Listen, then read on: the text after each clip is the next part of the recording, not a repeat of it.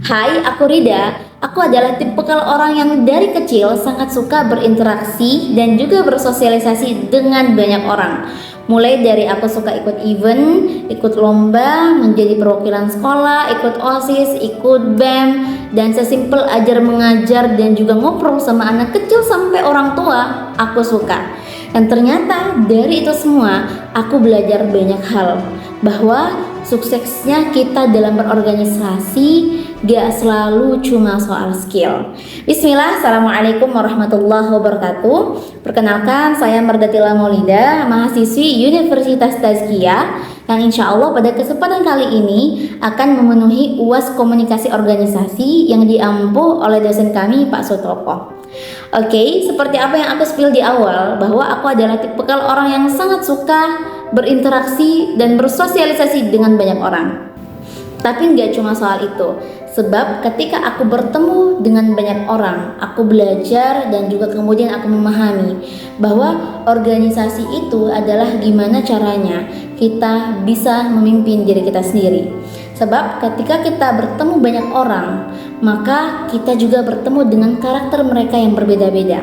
Misalkan aja nih, aku ketemu dengan 50 orang, maka aku bertemu dengan 50 karakter mereka yang berbeda-beda. Dan dari situ kita akan belajar bahwa ada tipikal orang yang mungkin pendiam, periang, suka mengkritik, atau suka protes di belakang, dan lain sebagainya. Dan dari situ aku pun juga belajar bahwa gimana caranya aku tetap tenang, tetap menjadi pribadi yang profesional, bahkan menjadi pribadi yang menyenangkan tanpa kehilangan jati diri aku sendiri. Dan dari sini aku akan sharing 3 hal ya, gimana caranya menjadi pribadi yang sukses dalam berorganisasi. Pertama adalah luruskan niat. Karena bagaimanapun kita dalam segala hal apapun itu, niat selalu menjadi fondasi ketika kita bermuamalah ataupun berinteraksi dengan orang lain. Kemudian yang kedua adalah menyesuaikan diri. Sebab ketika kita bertemu dengan orang lain, kita nggak bisa menentukan atau memaksakan orang lain menjadi orang yang menyenangkan bagi kita. Tapi kita bisa mengarahkan dan menentukan diri kita menjadi orang yang disenangi gitu.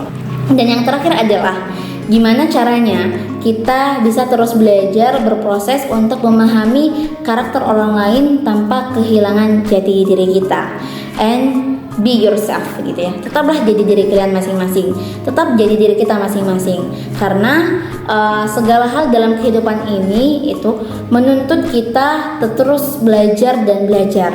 Sebab orang lain adalah guru dan setiap tempat adalah sekolah. Dan setiap kejadian dan pengalaman yang terjadi dalam kehidupan kita itu adalah harta yang sangat berharga yang harus kita jaga. Dan dalam hal sukses dalam berorganisasi ini, kita akan terus belajar bahwa ternyata ilmu-ilmu seperti ini selalu kita hanya dapatkan dalam kehidupan kita real, gitu ya. Kehidupan kita langsung, enggak kita dapatkan dalam kelas ataupun teori-teori dari dosen. Maka dari itu semua, teman-teman, satu kata ya terakhir dari saya dalam kunci sukses kita dalam berorganisasi, nggak selalu menjadi orang hebat dulu, menjadi orang terkenal dulu, atau menjadi orang yang punya nama di mata dunia, enggak. Tapi kunci kita dalam berorganisasi adalah gimana caranya kita bisa tetap bertumbuh bersama orang lain. Sekian dari saya. Wassalamualaikum warahmatullahi wabarakatuh.